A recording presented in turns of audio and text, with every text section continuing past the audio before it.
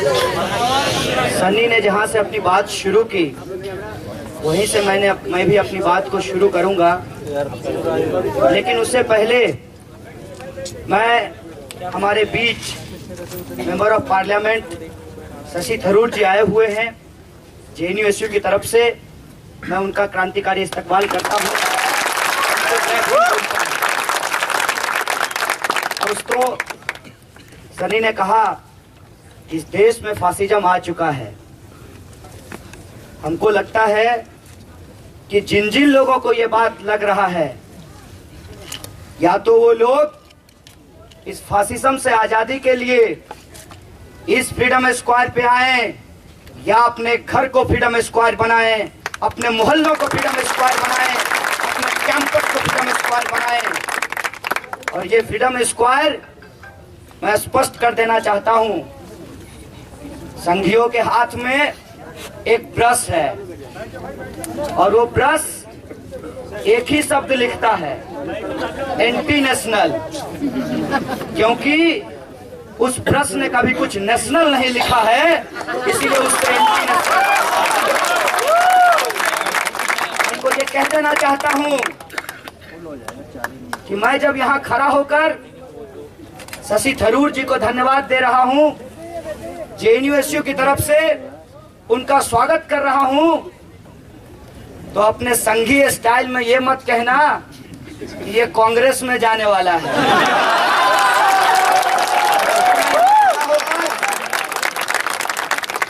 दूसरे राजनीतिक दलों का स्वागत कर रहा हूं, इस देश के नागरिकों का स्वागत कर रहा हूं, तो ये मत कहना कि ये देश के खिलाफ हैं।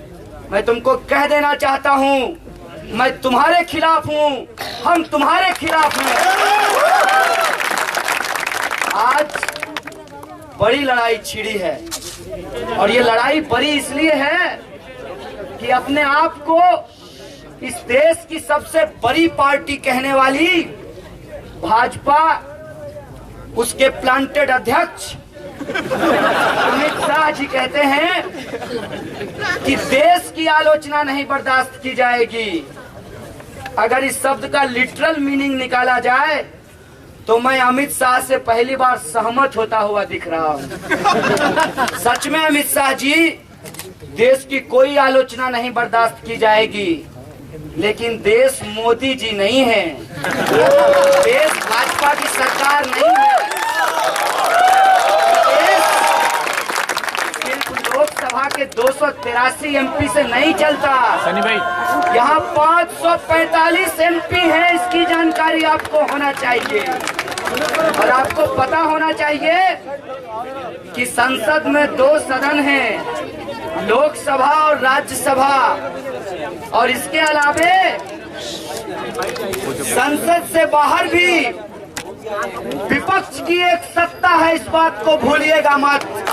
और ये जो स्टूडेंट हैं, चाहे वो FTII के हों, चाहे वो IIT मद्रास के हों, चाहे साथी रोहित वेमुला हो, चाहे JNU हो, चाहे अलीगढ़ हो, चाहे इलाहाबाद हो, चाहे जादवपुर यूनिवर्सिटी हो, हम ऑपोजिशन की सत्ता खड़ा कर रहे हैं तुम्हारे खिलाफ।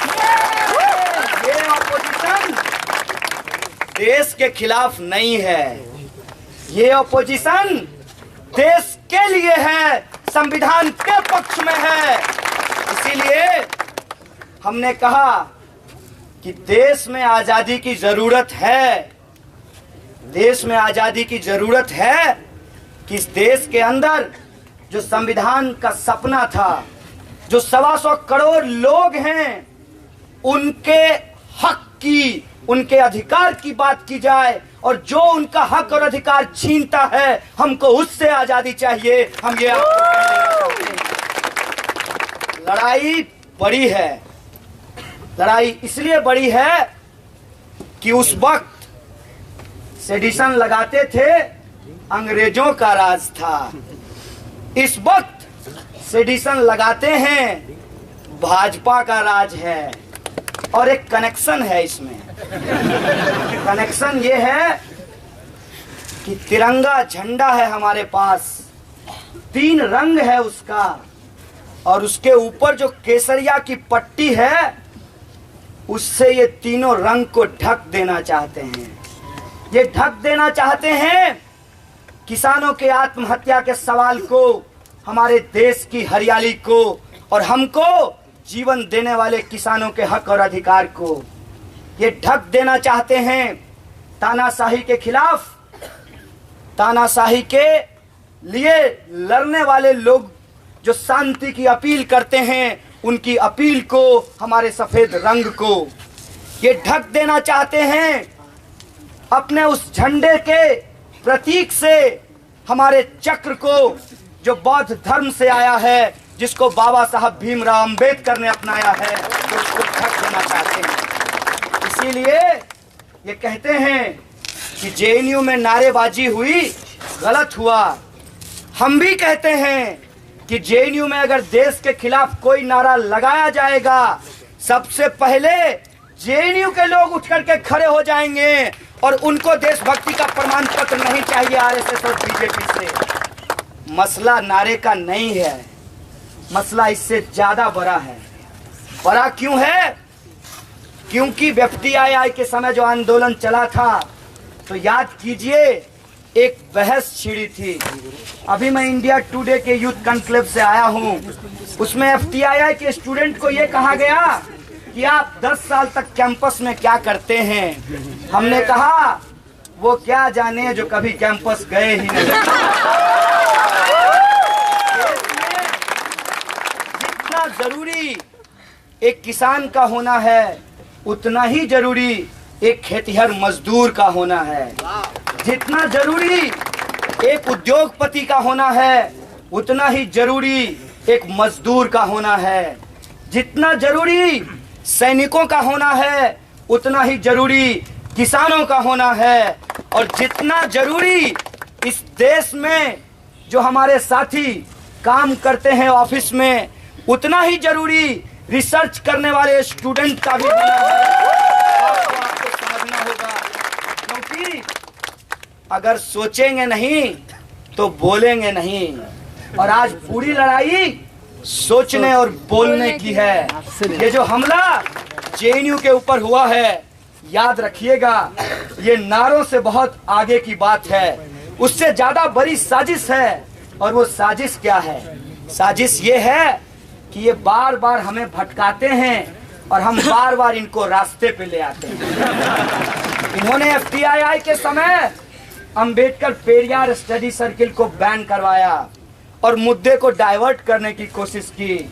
हमने एकजुट कर दिया कि कैंपस का भगवाकरण और मनुवादीकरण नहीं सहेंगे, हमको उसको एकजुट किया। उसके बाद इन्होंने दादरी करवा दी और इनकी असहिष्णुता देखिए, जो कि इनकी नजर में सहिष्णुता है। उसमें इन्होंने कहा कि आदमी मर गया तो मर गया, ये महत्वपूर्ण नहीं है। ज्यादा महत्वपूर्ण ये है कि फ्रिज में मांस किस चीज का था। और वही चीज दोहराई गई जब लोग इसके खिलाफ में बोले गए, तो इस देश के इंटेलेक्चुअल को गोली मारी गई, कुलवर्गी की हत्या की गई, पंसारे की हत्या की गई, ताकि इस देश में लोग बोलने से डर जाएं। मजेदार चीज देखिए, इतना डराने के बाद इन्होंने हमारा वजीफा छीन लिया और इनको लगा कि जनता डरी हुई है, कुछ बोलेगी नहीं। इन्होंने वजीफा छीना, हम यूजीसी पे कब्जा कर लिए, हमने ऑक्यूपाई को कर लिया यूजीसी को। तब इन्होंने पुलिस को बुलाया और कहा कि इन स्टूडेंट को खदेरो। हमने कहा कहां तक खदेरोगे? अंदर नहीं रहने दोगे तो बाहर बैठ जाएंगे। और 90 दिनों तक ऑक्यूपाई यूजीसी मूवमेंट चला। हम कैंपस गए और हमारी स्मृति ईरानी जी भी हमसे एक बार मिलने आई सड़क पे। काफी जमावड़ा था कैमरा का, और उन्होंने कहा, ऑन कैमरा कहा, कोई वो ओरिजिनल वीडियो चला दे, हम डॉक्टरेट की बात नहीं कर रहे। ऑन कैमरा उन्होंने कहा कि हम आपका वजीफा बंद नहीं करेंगे और दिसंबर तक रिव्यू कमेटी की रिपोर्ट आ जाएगी। मेरे ख्याल से दिसंबर बीत गया है, ये मार्च का महीना है, रिव्यू कमेटी की रिपोर्ट नहीं आई। तब तब इन्होंने क्या किया, इनको लगा कि एक जेएनयू होता तो निपट लेते, क्योंकि इन्होंने अपने वाइस चांसलर बिठाए, अपने रजिस्ट्रार बिठाए, और इनके जो पुराने हाफ पेंट धारी थे उनको कमेटी का मेंबर बनवाया। लेकिन एक जेएनयू हो तब तो, अब तो ये सिलसिला ऐसा है, ये कारवां ऐसा है, तुम भुलाते जाओ हम तुम्हें रास्ते पे लाते जाएंगे। और ये आवाज, ऑक्यूपाई यूजीसी की आवाज जो दिल्ली से उठी वो पूरे देश के अंदर फैल गई। और छोड़ दीजिए देश का, जब विदेशों से भी समर्थन आने लगा, जब मोदी जी को विदेशों से भी लोग पूछने लगे कि भाई वजीफा क्यों बंद कर दिया विद्यार्थियों, तब इनके पास ये भी कहने को नहीं था कि दादरी में कुछ लोग अल्पसंख्यकों का संतुष्टि का राजनीति करना चाहते हैं। ये जो मुस्लिम इम्पीचमेंट का ये सवाल उठाते रहे हैं, इनको ऑक्यूपाई यूजीसी में ये भी कहने को नहीं बचा। ये जो अंबेडकर पेरियार स्टडी सर्किल के वक्त बोले कि जो अंबेडकर और पेरियार की बात करते हैं वो कास्टिस्ट लोग हैं, ये मसला भी इनके पास नहीं बचा। तब इन्होंने एक नया सगुफा छोड़ा। इन्होंने कहा कि ये लोग जो ऑक्यूपाई यूजीसी मूवमेंट में वजीफा के लिए आंदोलन कर रहे हैं, दरअसल मोदी जी के इमेज को खराब करना चाहते हैं। हमने कहा खराब को कितना खराब करें? अगर उनको इमेज बनाना होता तो इस देश की जनता ने भरोसा करके एब्सोल्यूट मेजोरिटी दे दिया उनको, 283 दे दी, फिर भी उनका जो वादा था वो पूरा नहीं हुआ। दूरबीन लगाकर देख लीजिए, आपको अच्छा दिन नहीं दिखाई देगा। आप बार बार अपना अकाउंट चेक कीजिए, कभी नहीं आएगा।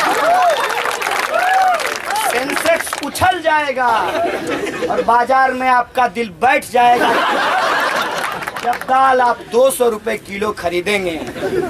तो ये जो इनके वादे थे, हम भी देखना चाहते थे, बुलेट ट्रेन देखने में लगता कैसे। ये सारे सवाल गायब हो गए। कहा कि हमारा पहला धर्म है इस देश की रक्षा करना। इस देश की रक्षा करना चाहते हैं मोदी जी एंड कंपनी, तो आप ऐसा कीजिए, इस देश के 125 करोड़ लोगों का जो एस्पिरेशन है, इस देश के विद्यार्थियों का जो सवाल है, किसानों और मजदूरों का जो सवाल है, महिलाओं, दलितों, आदिवासियों और अल्पसंख्यकों का जो सवाल है, उसको एड्रेस कीजिए। हम आपको अपना प्रधानमंत्री मानने को तैयार हैं, आप अपने मुद्दे पे आ जाइए। तब इन्होंने कहा कि ये लोग बिला वजह राजनीति करते हैं। हमने कहा हमको कोई शौक नहीं है। इससे पहले भी शशि थरूर जी जेएनयू आए हैं। मेरा मानना है कि आप में से बहुत सारे लोग इस मीटिंग में नहीं आए होंगे, लेकिन आज आप यहाँ आए हैं, इसका क्या वजह है? इसकी वजह यह है कि हम किसी राजनीति के खिलाफ कोई राजनीति खड़ा नहीं करने आए हैं। दरअसल जो नकली राष्ट्रवाद है उसके पक्ष में, जो नकली देशभक्ति है उसके पक्ष में संवैधानिक राष्ट्रवाद को बचाने आए हैं, संवैधानिक देशभक्ति को बचाने आए हैं। ये सवाल आज हमारे सामने है और इस सवाल को जब आप उठाएंगे तब आपको मिलेगा क्या? तब आपको रोहित की मौत मारी जाएगी। लेकिन अच्छा हुआ, सलाम करते हैं रोहित को कि तुमने अपना जान देकर कितने रोहितों की जान बचाई है। तुम्हारी लड़ाई अधूरी नहीं है साथी, ये लड़ाई लड़ी जाएगी और जो लड़ाई तुमने शुरू की है उस लड़ाई के प्रति हमारा कमिटमेंट है। किसका सरकार गिरेगा और किसका सरकार बनेगा इससे हमको कोई लेना देना नहीं है। हमको अपना सरकार बनाना है, हमको लोकतंत्र बचाना है, हमको देश का संविधान बचाना है। और हमारी सरकार संसद में नहीं बनेगी, हमारी सरकार विधानसभाओं में नहीं बनेगी, हमारी सरकार इस देश के छात्र आंदोलन में बनेगा, इस देश के नौजवानों के हक और अधिकार में बनेगा। और एक नई चाल चली गई है जेएनयू में। एक दलित विद्यार्थी को यहाँ पर जय भीम लिखने के चलते एडमिनिस्ट्रेशन से नोटिस आया है। आपने इस एड ब्लॉक की दीवार पे कुछ लिखा है, आपने भी कुछ लिख रखा है। जेएनयू प्रशासन का मतलब समझते हैं? प्रशासन का काम काज नियम कानून से होता है, मैडम जी के कॉल से नहीं होता। आप प्रशासन का काम ठीक से कीजिए। हमें दीवारों पे जय भीम लिखने की जरूरत नहीं है। हम जय भीम का सपना अपने विचारों में लेकर चलते हैं। अगर हम आज दीवारों पे क्लेम कर रहे हैं तो हमारे पेन को समझिए, हमारे दर्द को समझिए, और इसे महज खोखली राजनीति बताकर हमारे आक्रोश को नजरअंदाज मत कीजिए। इस बात से मैं आपको आगाह कर देना चाहता हूं। आपने जो काम रोहित के साथ किया, वो काम हम उस लड़के के साथ नहीं होने देंगे जो जेएनयू के दीवारों पे जय भीम लिखा है। ये हमारी लड़ाई है। और एक मैडम जी हैं, उन्होंने कहा कि इस देश में दलित और मुसलमान देशद्रोही हैं। कहा कि सरकारी स्कूल में पढ़ने वाले लोग नक्सली हैं। मैं उनको कह देना चाहता हूं कि सच में हम तुम्हारे देश के सपने में कहीं नहीं आते। सच में हम तुम्हारे उस परिभाषा में नहीं आते जिस परिभाषा को तुम नागपुर में गढ़ रहे हो। अगर हम झंडे की बात करते हैं तो वो महज हमारे लिए रंग नहीं है। अगर हम संविधान की बात करते हैं तो हमारे लिए महज शब्द नहीं है। और जब हम लोकतंत्र की बात करते हैं तो वो हमारे लिए महज भीड़ तंत्र नहीं है। इसका मतलब समझिए। उस झंडे का एसेंस है हमारे लिए, उस संविधान का एसेंस है हमारे लिए, और उस लोकतंत्र का एसेंस है हमारे लिए। इसीलिए तुम हमें कहीं भी ले जाओ, उत्तर प्रदेश के चुनाव में मुद्दा नारा नहीं रहेगा, मुद्दा रोटी कपड़ा और मकान रहेगा। और तुमसे ये पूछा जाएगा, मंदिर के नाम पे चंदा करके चुनाव का जो कैंपेन चलाए हैं साहब, एक एक ईंट का हिसाब लिया जाएगा। क्योंकि मंदिर तो तुम्हें बनाना नहीं, तुमको एक ही चीज करना आता है, लोगों को बेवकूफ बनाना। लेकिन कितनी बार सारा सच सामने आ चुका है। गुजरात मॉडल की हवा निकल चुकी है और वंदे मातरम कहने वाले वंदे व्यापम का जय घोष कर रहे हैं। मध्य प्रदेश में शिवराज जी के ऊपर एक रिपोर्ट आई है, पढ़ लीजिएगा आप लोग। बारात 2G 3G जीजा जी किए थे। शिवराज जी के बारे में भी बोल दीजिए। और हम ये आपको स्पष्ट कर देना चाहते हैं कि हमारे पास फुर्सत नहीं है कि आपके कल पुर्जों की गड़बड़ी को खोजें। हमारे पास इस बात का फुर्सत है कि हमारे संविधान के कल पुर्जे में कोई गड़बड़ी नहीं आनी पाएगी। और आप मुद्दा कितना भी छेड़ दें, राष्ट्रवाद बनाम राष्ट्रद्रोही, लेकिन हम आपको मुद्दे पे ले आएंगे। और मुद्दा यही है कि इस देश में चुनाव अगर राष्ट्रवाद पे लड़ा जाएगा, इस देश में चुनाव अगर देशभक्ति के नाम पे लड़ा जाएगा, तो वो देशभक्ति मोदी भक्ति नहीं होगी, वो देशभक्ति आरएसएस भक्ति नहीं होगी, वो देशभक्ति किसी एक विचारधारा की भक्ति नहीं होगी। अगर इस देश में राष्ट्रवाद का बात होगा तो उसमें 125 करोड़ लोगों की बात होगी।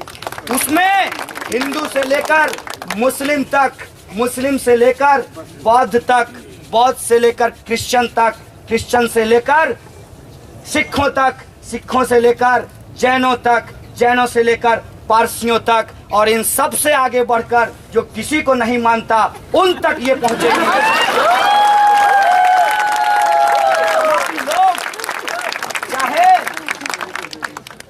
वो भगवा साड़ी पहनने वाली महिला हो, चाहे भगवा साड़ी नहीं पहनने वाली महिला हो, चाहे सलवार कमीज पहनने वाली महिला हो या टी शर्ट पहनने वाली महिला हो, सबके हक की बात की जाएगी। और भागवत जी एक शब्द में कह देना चाहते हैं कि जो सजेशन आपने इस देश की महिलाओं को लेकर दिया है, वो सजेशन बीजेपी में क्यों नहीं लागू करा देते? हम लोगों को फुर्सत मिल जाती है। लोग टीवी पे इंटरटेनमेंट करते, धारावाहिक देखते, आजकल लोकसभा चैनल की भी यही हालत बना दिया है।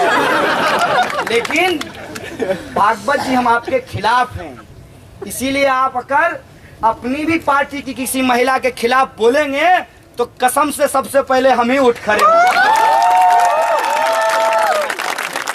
क्योंकि हमारा गुना गणित न 2017 के लिए है न 2019 के लिए है।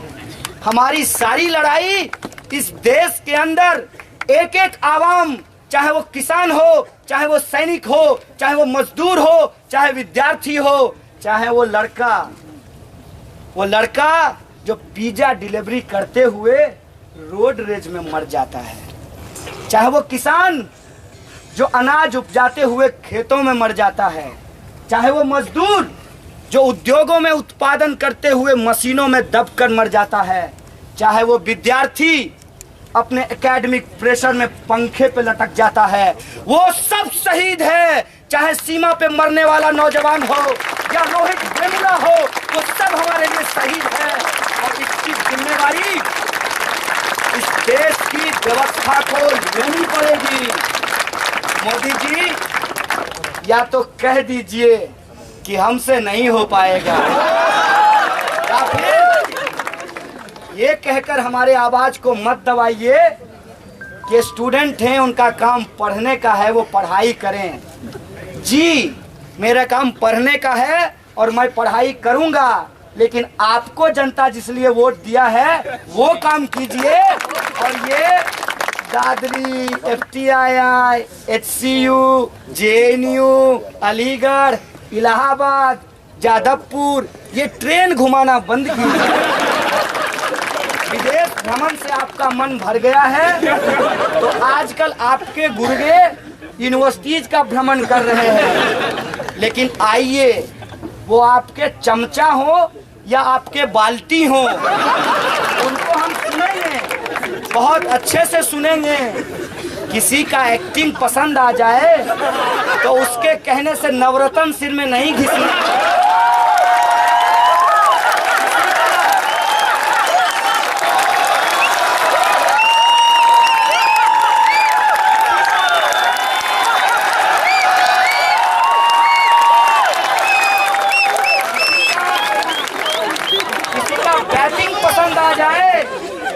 तो उसके कहने से अपना सीक्रेट ऑफ एनर्जी हम नहीं बदलने वाले।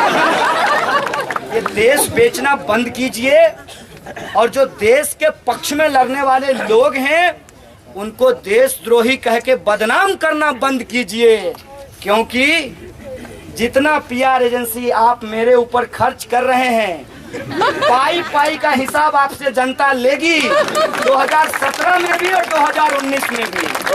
क्योंकि मेरी लड़ाई किसी को सत्ता में लाने या हटाने की नहीं, याद रखिएगा, इस देश में संविधान को बचाने की लड़ाई है। इन्हीं शब्दों के साथ एक बार फिर से माननीय MP जी को शुक्रिया अदा करते हुए और इनकी पूरी पार्टी को, राहुल गांधी को भी जो यहाँ आए और हमारे पक्ष में खड़ा हुए, उनका अपना एक राजनीतिक एजेंडा होगा, लेकिन इस देश का इतिहास हमको पता है कि अंग्रेजों के खिलाफ अंबेडकर भी थे, गांधी भी थे, विवेकानंद भी थे, अंग्रेजों के खिलाफ पटेल भी थे, अंग्रेजों के खिलाफ कम्युनिस्ट भी थे, सोशलिस्ट भी थे, तमाम लोग अंग्रेजों के खिलाफ थे। और आज अंग्रेजों के चेले चपाटे सत्ता में बैठे हैं, इसीलिए सब लोग फिर से खिलाफ हो गए हैं, क्योंकि यह मुल्क बचाने की लड़ाई है। और मीडिया के माध्यम से बस एक बात कह देना चाहता हूँ, एक्सक्लूसिव है उनके लिए, कि इस देश के अंदर अगर तानाशाही रवैया विश्वविद्यालयों में बढ़ा है तो इसकी गूंज आपके घर तक पहुंचेगी। क्योंकि आप जान लीजिए, एक सिपाही को सिर्फ इसलिए नंगा करके पीटा गया मुसलमान था उसे भगवा झंडा लेने को कहा। देश में एक दलित की हत्या तमिलनाडु में इसलिए की गई क्योंकि वो एक अपर कास्ट से शादी कर लिया। इस देश में लोगों को जान गंवानी पड़ती है जब वो सही को सही और गलत को गलत कहते हैं। इस देश में लोगों को जेल जानी पड़ती है जब वो सही को सही और गलत को गलत कहते हैं। इसीलिए आप भी तय कर लीजिए, विद्रोही जी के शब्दों में, हम देश बचाने के लिए इस तरफ खड़े हैं। आप तय कर लीजिए कि आप किस तरफ खड़े हैं, क्योंकि आपके यहाँ जो शोषण है, जो लूट है वित्तीय पूंजी की, उससे अगर बचना है, इस मुल्क के सपने को सच करना है, तो सबको एक होना पड़ेगा। इन्हीं शब्दों के साथ मैं अपनी बात को खत्म करूंगा। शुक्रिया। इंकलाब जिंदाबाद। जय भीम। और बहुत